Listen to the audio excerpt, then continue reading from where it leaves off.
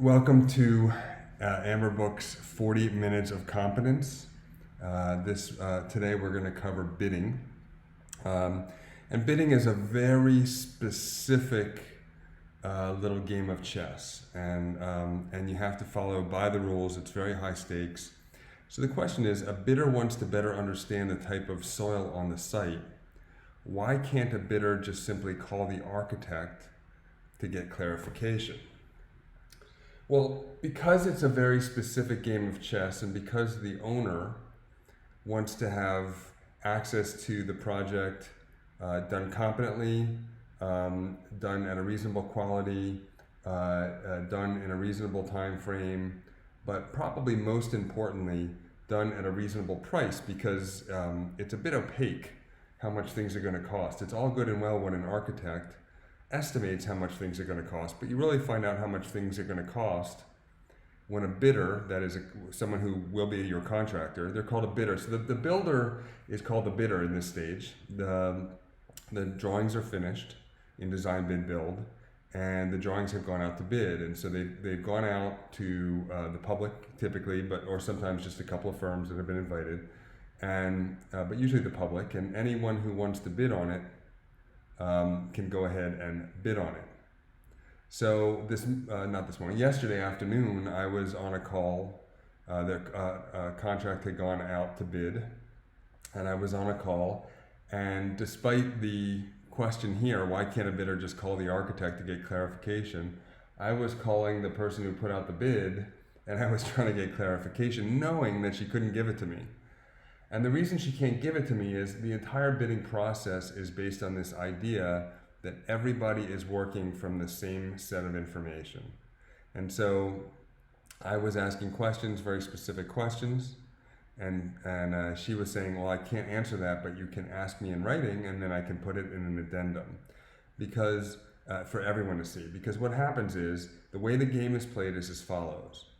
The owner and the architect put all the contract documents out to bid. Now the bidding documents are called at that point, not contract documents, but they will be the contract documents, and they encompass the drawings that show the intention of the design. They involve the specifications where you may describe what type of paint should be used for low VOC, or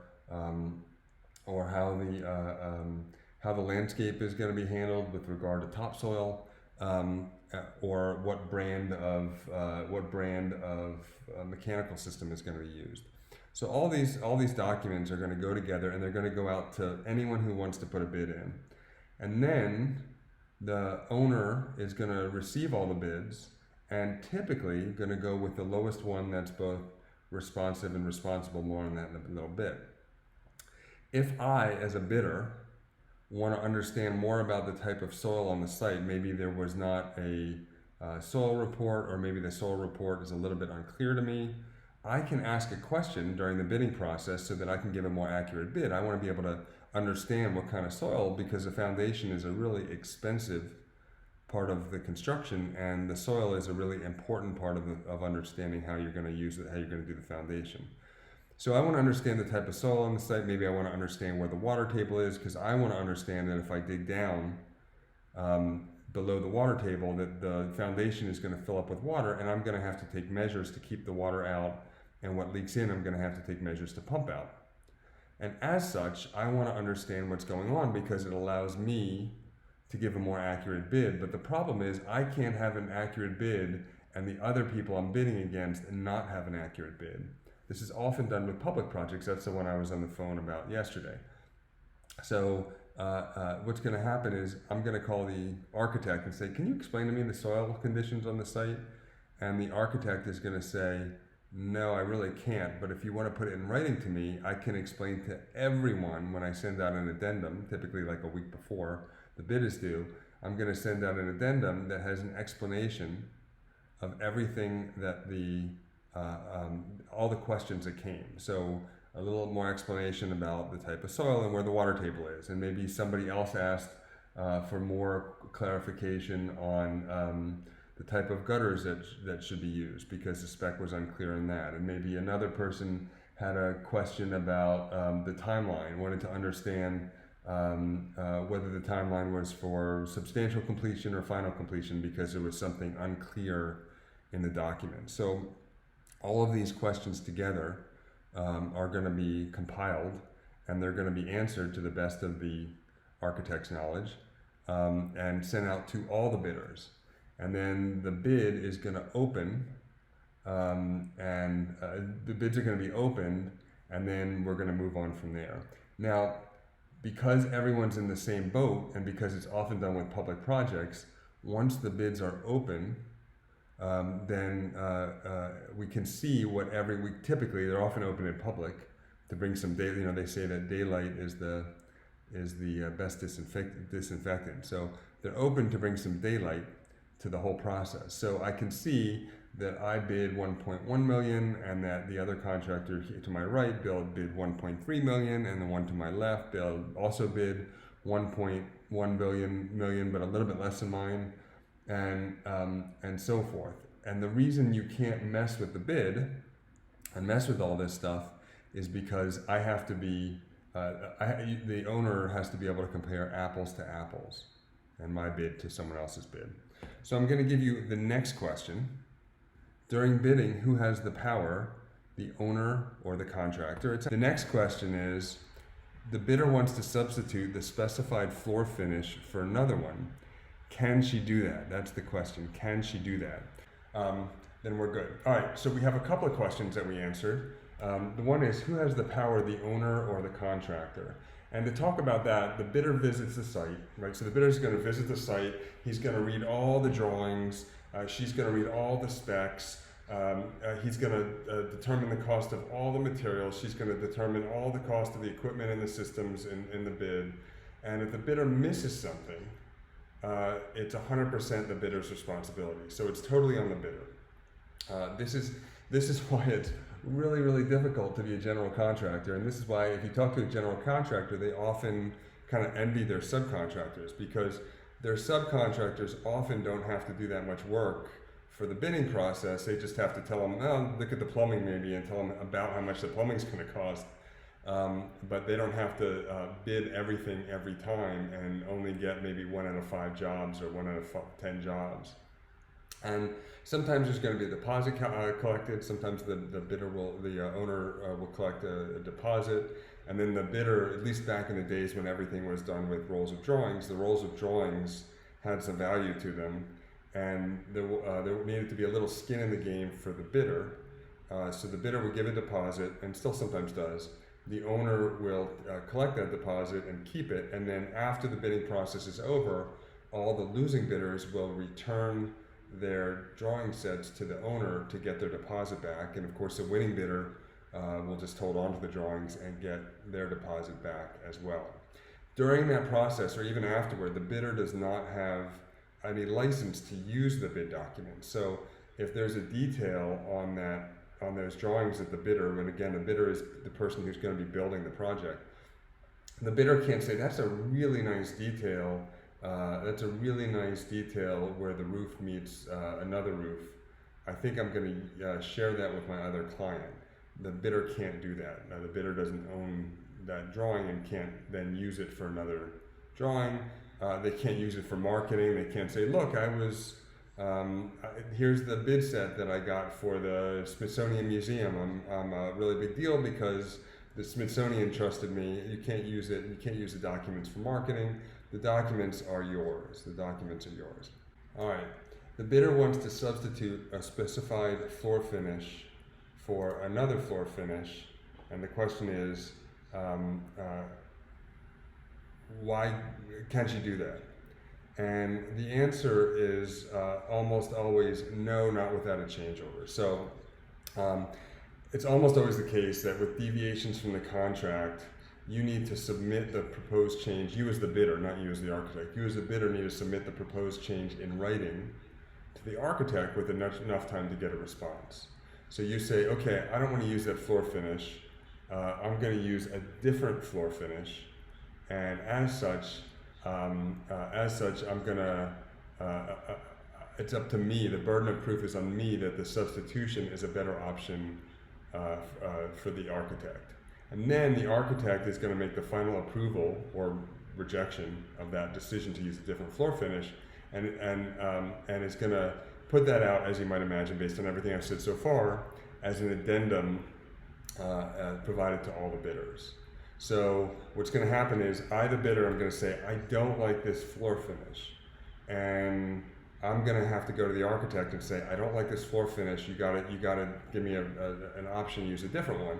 And as the architect, I'm going to say, well, wait a minute, why don't you like this floor finish? And you as the bidder may say, well, I just don't know where to get it. Well, I may say, well, screw you, like that's not good enough.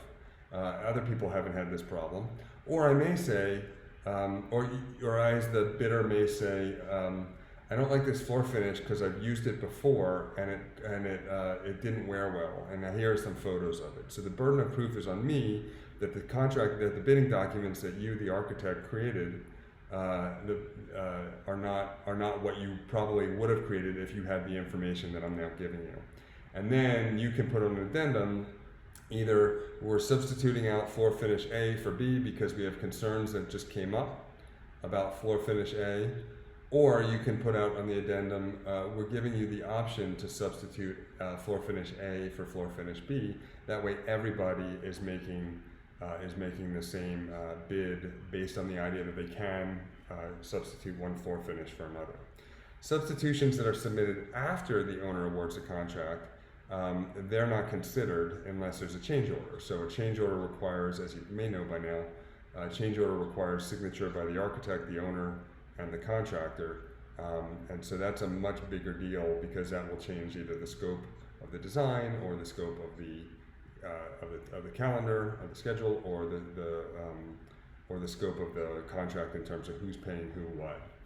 Substitutions submitted after the owner awards a contract can be accepted if that's what the contract happens to say. So if the contract says, look, we really trust you, contractor, you've worked with us before and you've been honest, we will allow you to make minor substitutions. That can be in the contract, but if it's not in the contract, then it's not acceptable.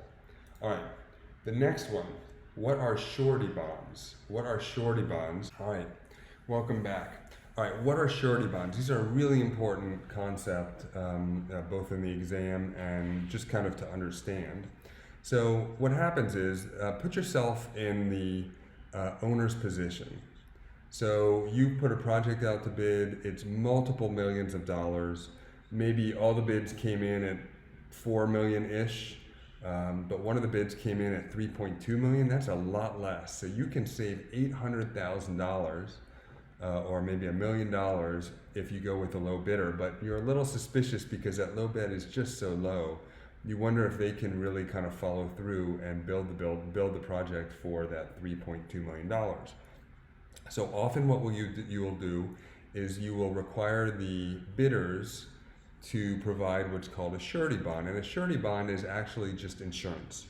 So you're providing them to have insurance, and the insurance essentially says, if we, the bidder, who's now going to be the builder, if the builder screws up and can't follow through for some reason, you're covered. You, the owner, are covered. And under surety bonds, under this umbrella of surety bonds, there are two types of bonds.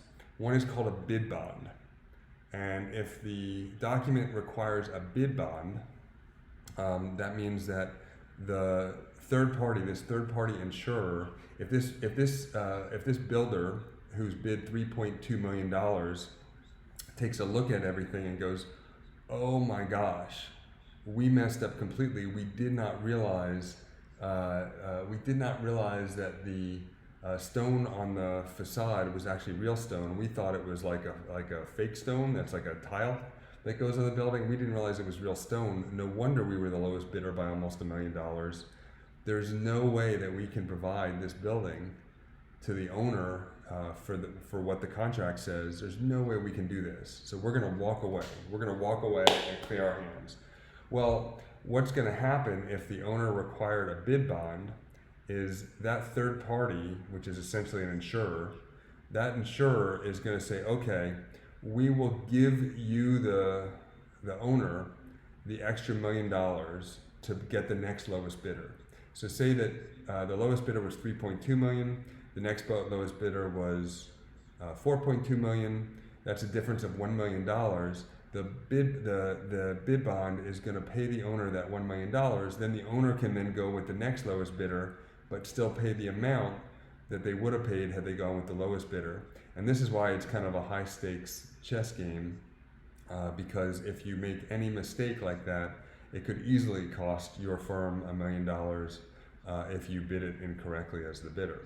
Now, a performance bond is the same idea, but the performance bond might cover you after the contractor has started. So after the bidder becomes the builder, in other words, becomes the contractor. So these titles, right? The bidder becomes the contractor. So the owner signs a contract with the bidder, and then the bidder, which is the builder, because his new title is contractor. And the bidder will work with the contractor and say that the contractor digs the hole for the foundation, pours part of the foundation, orders the steel, and then the owner of the construction company dies, and his children are fighting for control of the company, and the company is unable to finish the project because the courts are figuring out who owns the construction company. In that case, if there was a performance bond, then the performance bond will cover the cost of finishing the project over what it would have cost otherwise. So now the project again is going to, in the end, cost $3.2 million, even though it may cost $5 million to finish. The performance bond is going to cover that difference.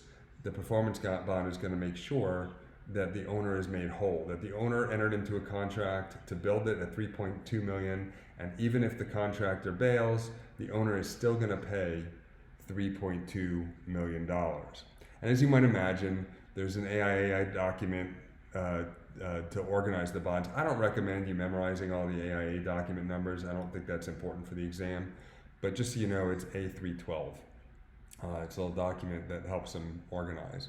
Anyhow, the bonds, whether it be the surety bonds, whether it be a performance bond or a bid bond or both, those are going to be required, if they're required at all, they'll be required in the bidding process.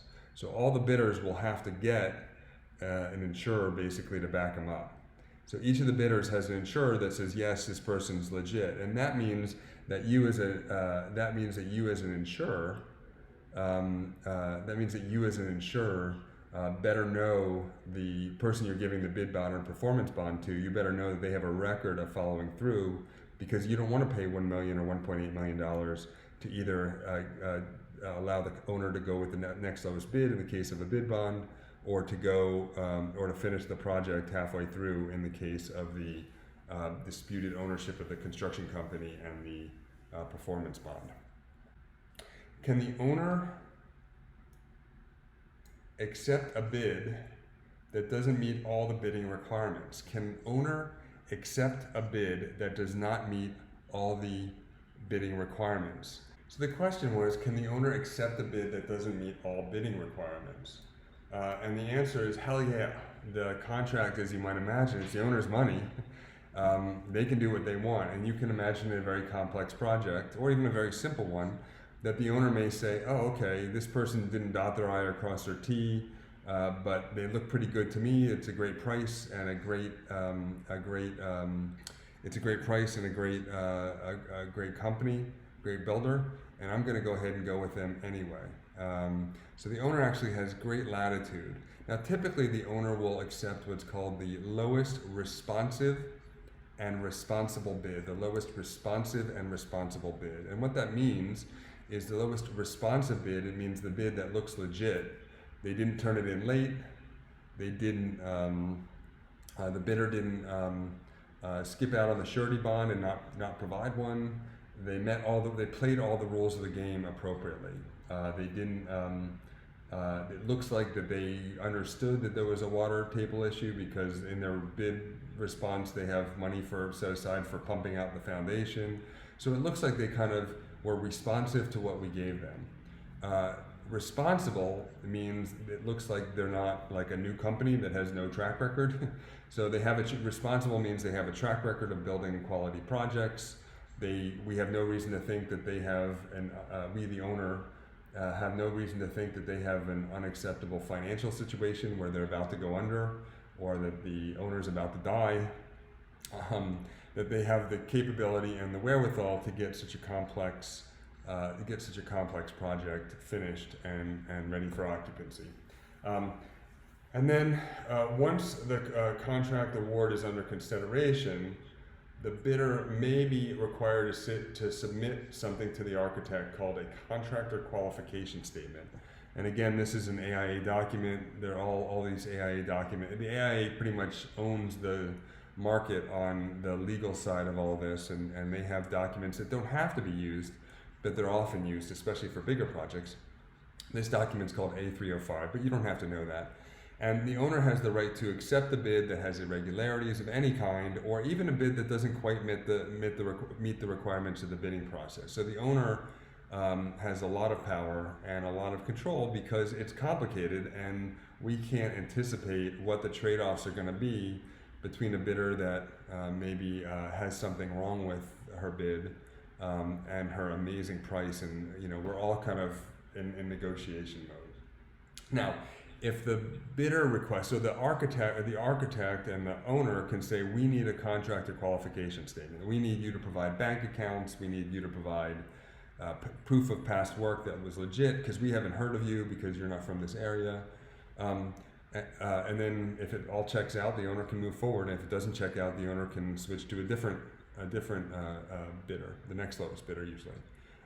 But the bidder has a little bit of power here. The bidder can say, look, I know I just won, but I don't want to dig a giant hole and then have you, the owner, go bankrupt. I need to know that you have proof. You need to give me proof that you have enough money, that you, the owner, have enough money to finish this project. And so the bidder can request that as well. All right, now, this is a drone research area. I had my son bike down the hill this morning and take a picture of it because it's going to apply to the next. It's going to apply to the next question.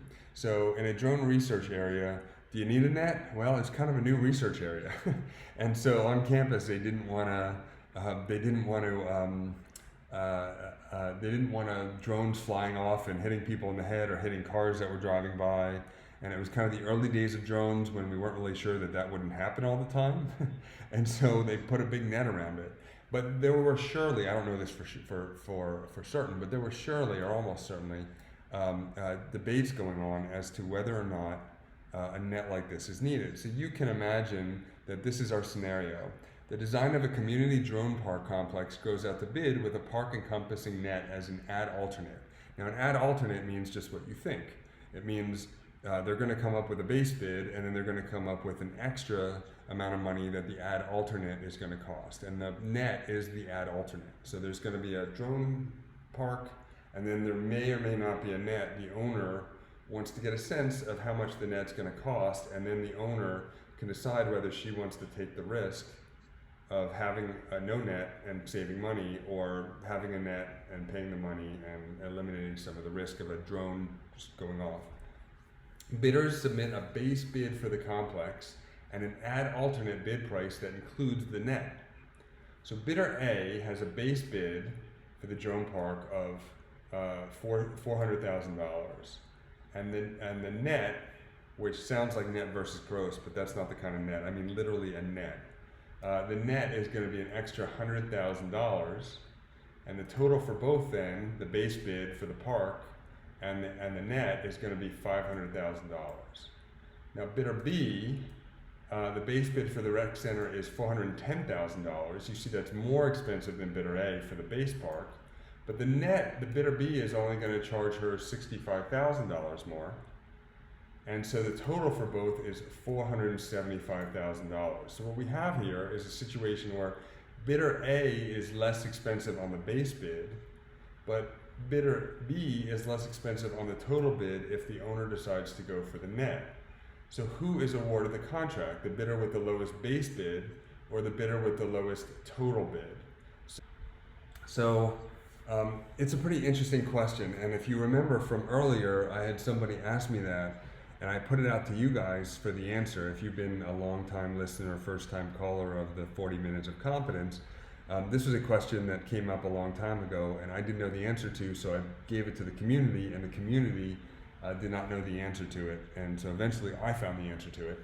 And the answer is, it's up to the owner. The owner has great latitude, and the owner can look at it and say, well, is it worth putting the net up or not? So is it worth going with a bidder B and paying $475,000 for the park with the net, or is it worth going with bidder A and paying $400,000 for the base park and not going with the net? It's completely up to the owner. The owner doesn't have to take any of the bids. The owner doesn't have to take any of the bids. Now, there was a question in the chat that said, if it's a project that goes out to bid, does that mean it's a public project? No. Many projects go out to bid, but almost all public projects go out to bid. But not almost all private projects go out to bid. Although I suspect historically most have, certainly big projects do.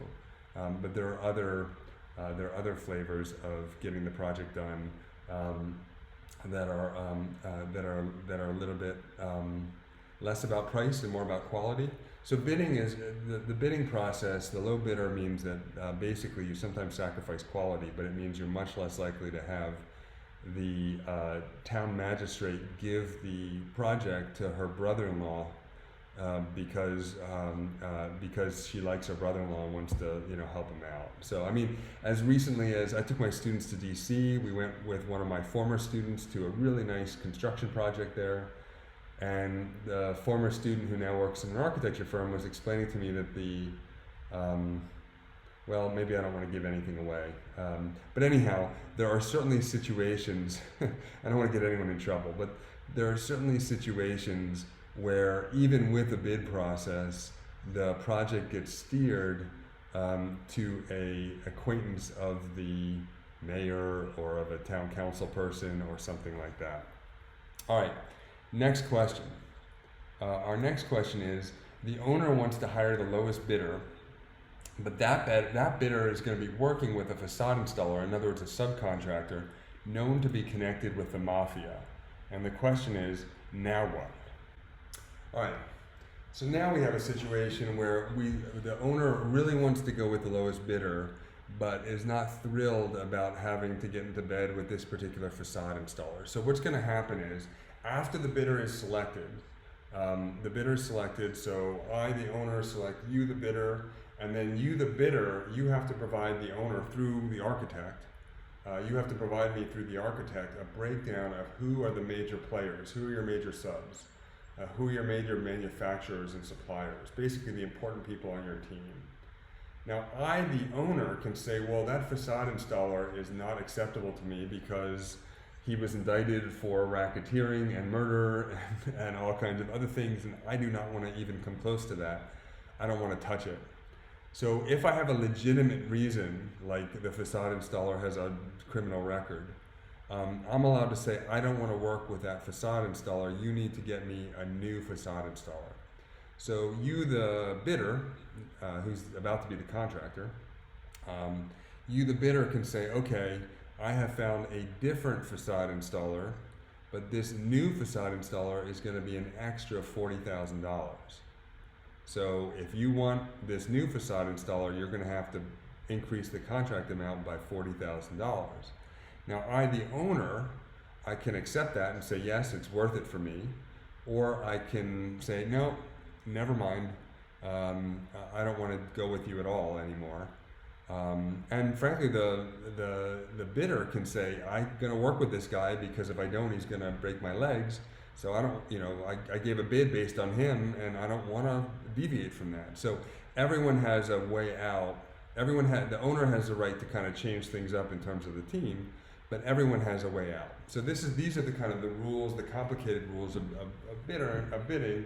And if you want to learn more about the rules of bidding, there's an AIA document. It's called A701. And if you don't understand some of these, it may not be a bad thing to look for. All right, now you'll want to take a screenshot of this. Of course, we'll send it to you in an email. And if you're not on our email list, then you can go ahead and email firms@amber-book.com to get on our email list. But this is for next week. So you want to take a screenshot or a phone photo so that you can have access to it, or you can wait for the email. In each of these 4 trusses, you need to identify which members are in compression, which ones are in tension. Assume that each one is under a uniform gravity load and is supported at its ends. So we have, this one's more of a diagram, this one's more of an elevation, this one's more of an elevation, and this one's more of a diagram. But in each of these 4, I want you to figure out which of the members are in compression and which of the members are in tension. The owner can choose whoever they want to use as a bidder, right? They can even choose the most expensive of all the options. Yes. Are they ever forced to, or encouraged to choose the most responsive and responsible? Yeah, there in almost all public projects, it's required that they choose the low bidder unless the low bidder is either non-responsive or non-responsible. What if they have a good experience with a particular bidder and they've done work with that bidder before and there's really good quality or workflow or whatever? Totally the lowest. Totally up to the owner in as far as the AIA contracts are concerned, totally up to the owner. So if the owner says, I'm going to go with the 4th lowest bidder because I just really, he's not that much more expensive than the 3 below him, and he's amazing, and it's worth it for me, it's totally up to the owner. The owner can pick any bid for any reasons. However, again, on public projects, if you're doing a firehouse or whatever, because of the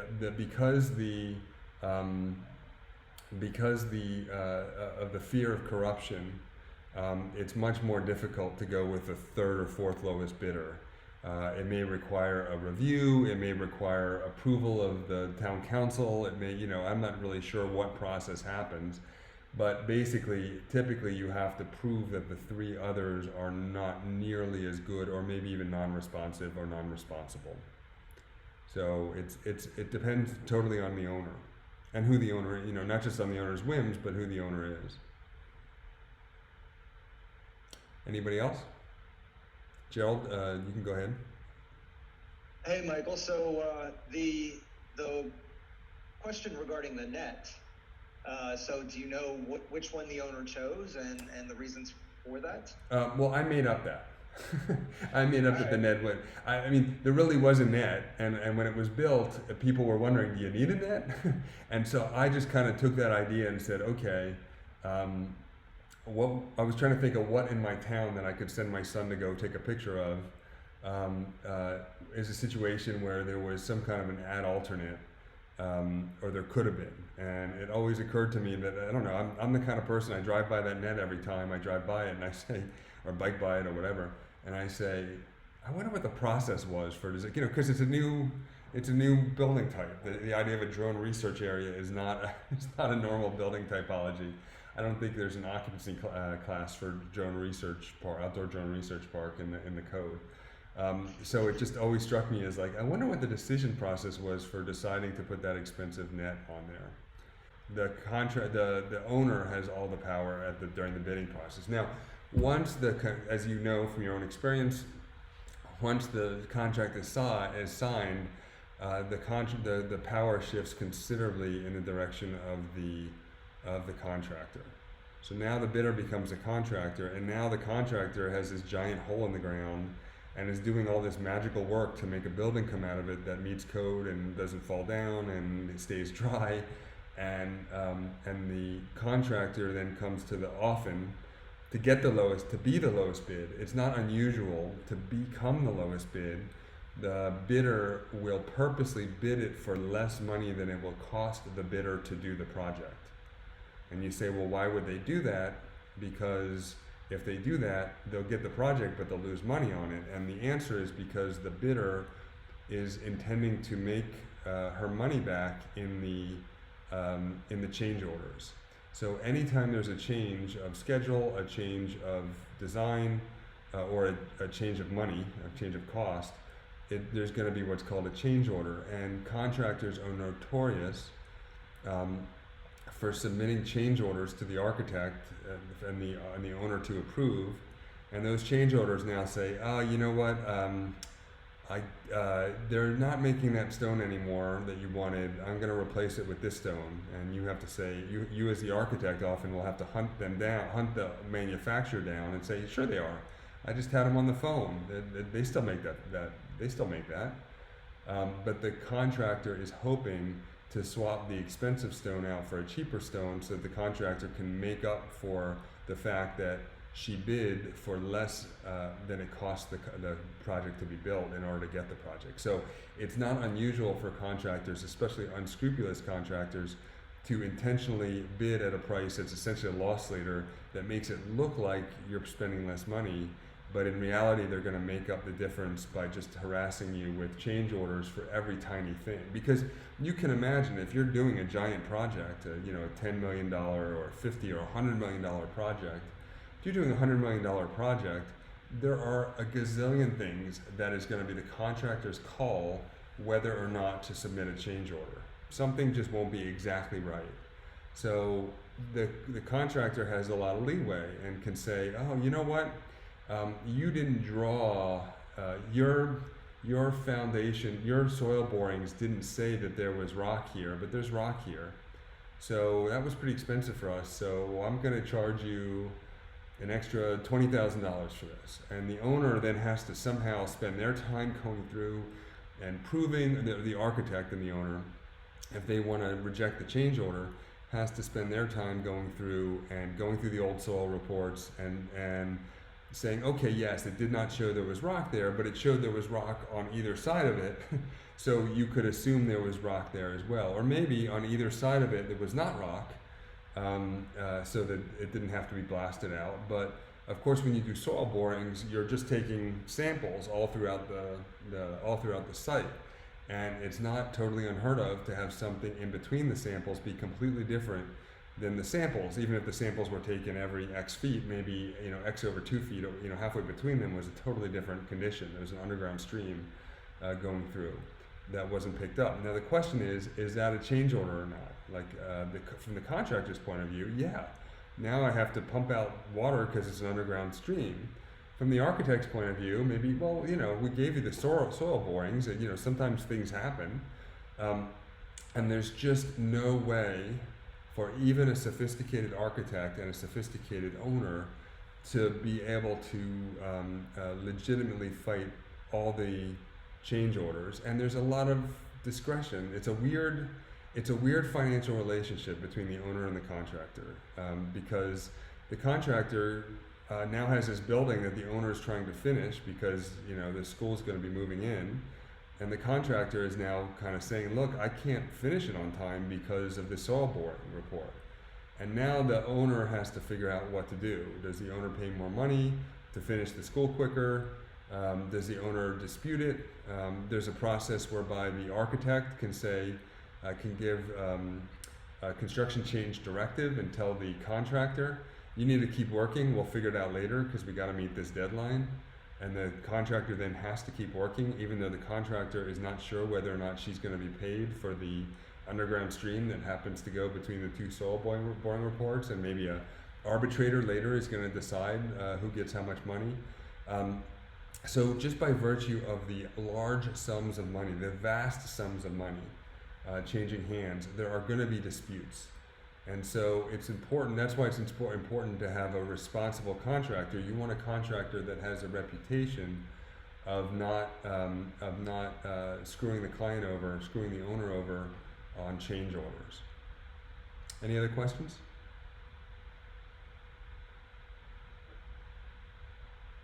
Hey, Michael, can you hear me? I can. Okay, I'm driving right now, and I've just been listening in on this. I'm actually on my way. I take my construction eval test tomorrow. Oh, cool. And so this was very applicable, all of this stuff, and thankfully I knew all of the answers you asked, so that was good to go. I feel confident in that regard, but I do have a question. One of your printouts suggested that the site part of Amber Book was a second priority for this exam. So I started looking through that, And this could be maybe because I do a lot of, I work in an architecture office on the Eastern Shore, Maryland Eastern Shore, where we do a lot of construction that never has basements. Right. And so I started looking at some of the like waterproofing and air barrier details that you were covering in the site section on that. And I just was wondering if you could explain maybe why there are sometimes air barriers or vapor barriers put on the inside of basement walls. I guess the biggest thing is for us, normally we'll run insulation, continuous insulation down to the, the top of the footing, and then run like, bituminous sandproofing or something over to the edge of the footing, and then we'll obviously run some kind of barrier on the bottom of the slab edge, across the bottom of the slab. But I noticed there's a few details where, I guess the vapor barrier, wrapped the whole footing and came up the other side. And then there also was some details where the air barrier was put on the inside of the basement wall. So I was just picking your brain about that. Yeah, I mean, good luck on your exam. So the answer is there is no real vapor barrier. The vapor impermeable layer, the waterproof layer is going to be on the outside of should always be on the outside of the foundation, because the soil is always going to be more wet, and down by the Eastern Shore. And my guess is you have a new hire named Megan Kelly. Is that possible? Are you in Salisbury? Yes, Megan does work for Yeah, us. Megan was my thesis student. I was her thesis advisor a couple of months ago. Anyhow. She talked a lot about you in previous years during her internship, which is half of the reason why our firm went with the Amber Book subscription. Awesome. So that's awesome. Yeah, awesome. Anyway. Yeah. So the answer is the vapor control layer is always going to go on the outside of the basement foundation. It's always going to go underneath the slab. There's always going to be water pushing up, especially down in the Eastern Shore. That's an area of the country where I grew up, and so there's going to be water coming up no matter what. As you know, when you dig down, about 2-3 feet down, it's always water all the time. So there's a basement in the Eastern Shore is called a swimming pool, an indoor swimming pool. There is no basement. But yeah, it's the foundation is, if it was a basement, the foundation, if it was an occupiable basement, the waterproof layer would then extend around underneath the slab in the basement. Now, in general, the best way to make a crawl space is to build the crawl space like a basement. I'm not sure if this applies to a marine environment like that, but generally in other environments, you're going to build essentially a crawl space that looks like a basement, and it's just shorter. And so it's going to have a slab, and it's going to be part of the thermal enclosure of the building. That seems to be the way that the building scientists are working now. As far as the exam is considered, you have a choice with a crawl space, like you guys would have there in the Eastern Shore, whether you have a choice. It could be ventilated and not part of the building enclosure. In other words, the insulation runs along the first floor, or it could be enclosed and thermally controlled and not ventilated, where the crawl space is essentially the same temperature as the building itself. But that second way, where the crawl space is the same temperature in winter as the building itself, because the insulation goes around and includes the crawl space as part of the enclosure, that's the way the building scientists tell us to move forward as we're doing buildings. Understood. Yeah, a lot of the times too, it'll just end up being a slab on grade down here, and in which they'll run the barrier underneath slab on grade. Yep. And then because of the 2018 IECC, we'll also insulate where there's a door opening or a storefront or curtain wall that comes in contact with the slab. We'll insulate underneath the underside, I guess the inside edge of the foundation as well, to help with that, because your continuous rigid that runs along the exterior side of the wall doesn't cover, obviously door openings. So, right. All right, thank you so much. Appreciate it. You're welcome. All right, everybody. For just remember, for the basement or for underground, it goes foundation. Let's just talk about the slab from top to bottom. It goes slab, Then plastic sheeting, some kind of polyethylene sheet. So basically just slab and then plastic, and that plastic is the air barrier, it's the vapor barrier, it's the water barrier. Then the insulation, then the capillary break, which is going to be the gravel. So from top to bottom, it's slab, plastic sheeting, insulation, and then gravel to allow for any hydrostatic pressure that might want to build up against the foundation to dissipate in the cavities between the gravel. Thank you guys. I will see you guys next week.